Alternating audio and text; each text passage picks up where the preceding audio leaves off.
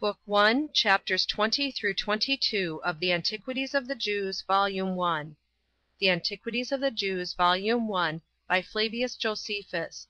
Translated by William Whiston. Book 1, Chapters 20 through 22. Chapter 20. Concerning the meeting of Jacob and Esau.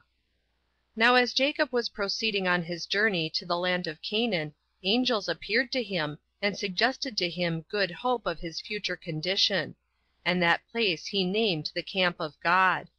And being desirous of knowing what his brother's intentions were to him, he sent messengers to give him an exact account of everything, as being afraid on account of the enmities between them. He charged those that were sent to say to Esau, Jacob had thought it wrong to live together with him while he was in anger against him, and so had gone out of the country; and that he now, thinking the length of time of his absence must have made up their differences, was returning; that he brought with him his wives and his children, and what possessions he had gotten, and delivered himself, with what was most dear to him, into his hands, and should think it his greatest happiness to partake together with his brother of what God had bestowed upon him. So these messengers told him this message. Upon which Esau was very glad, and met his brother with 400 men. And Jacob, when he heard that he was coming to meet him with such a number of men, was greatly afraid. However, he committed his hope of deliverance to God, and considered how, in his present circumstances, he might preserve himself and those that were with him, and overcome his enemies if they attacked him injuriously. He therefore distributed his company into parts. Some he sent before the rest, and the others he ordered to come close behind; that so, if the first were overpowered when his brother attacked them, they might have those that followed as a refuge to fly unto. And when he had put his company into this order, he sent some of them to carry presents to his brother. The presents were made up of cattle, and a great number of four-footed beasts of many kinds, such as would be very acceptable to those that received them, on account of their rarity. Those who were sent went at certain intervals of space asunder, that, by following thick one after another, they might appear to be more numerous, that Esau might remit of his anger, on account of these presents, if he were still in a passion. Instructions were also given to those that were sent to speak gently to him. When Jacob had made these appointments all the day, and night came on, he moved on with his company; and as they were gone over a certain river called Jabbok, Jacob was left behind; and, meeting with an angel, he wrestled with him, the angel beginning the struggle. But he prevailed over the angel, who used a voice, and spake to him in words, exhorting him to be pleased with what had happened to him, and not to suppose that his victory was a small one, but that he had overcome a divine angel, and to esteem the victory as a sign of great blessings that should come to him, and that his offspring should never fall, and that no man should be too hard for his power. He also commanded him to be called Israel, which in the Hebrew tongue signifies one that struggled with the divine angel. These promises were made at the prayer of Jacob; for when he perceived him to be the angel of God, he desired he would signify to him what should befall him hereafter. And when the angel had said what is before related, he disappeared; but Jacob was pleased with these things, and named the place Phanuel, which signifies the face of God. Now when he felt pain by this struggling, upon his broad sinew, he abstained from eating that sinew himself afterward; and for his sake it is still not eaten by us. When Jacob understood that his brother was near, he ordered his wives to go before, each by herself, with the handmaids, that they might see the actions of the men as they were fighting, if Esau were so disposed.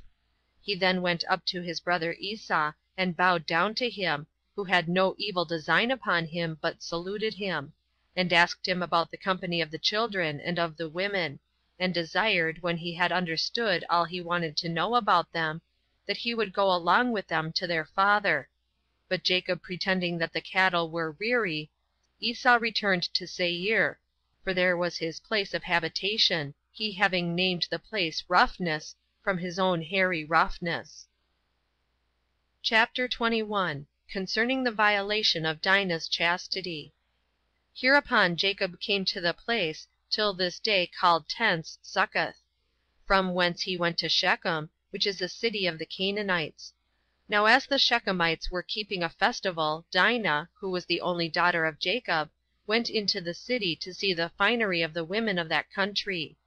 But when Shechem, the son of Hamor the king, saw her, he defiled her by violence; and being greatly in love with her, desired his father that he should procure the damsel to him for a wife. To which desire he condescended, and came to Jacob, desiring him to give leave that his son Shechem might, according to law, marry Dinah. But Jacob, not knowing how to deny the desire of one of such great dignity, and yet not thinking it lawful to marry his daughter to a stranger, entreated him to give him leave to have a consultation about what he desired him to do. So the king went away, in hopes that Jacob would grant him this marriage. But Jacob informed his sons of the defilement of their sister, and of the address of Hamor, and desired them to give their advice what they should do. Upon this the greatest part said nothing, not knowing what advice to give. But Simeon and Levi, the brethren of the damsel by the same mother, agreed between themselves upon the action following. It being now the time of a festival, when the Shechemites were employed in ease and feasting, they fell upon the watch when they were asleep, and, coming into the city, slew all the males, as also the king and his son with them, but spared the women. And when they had done this without their father's consent, they brought away their sister.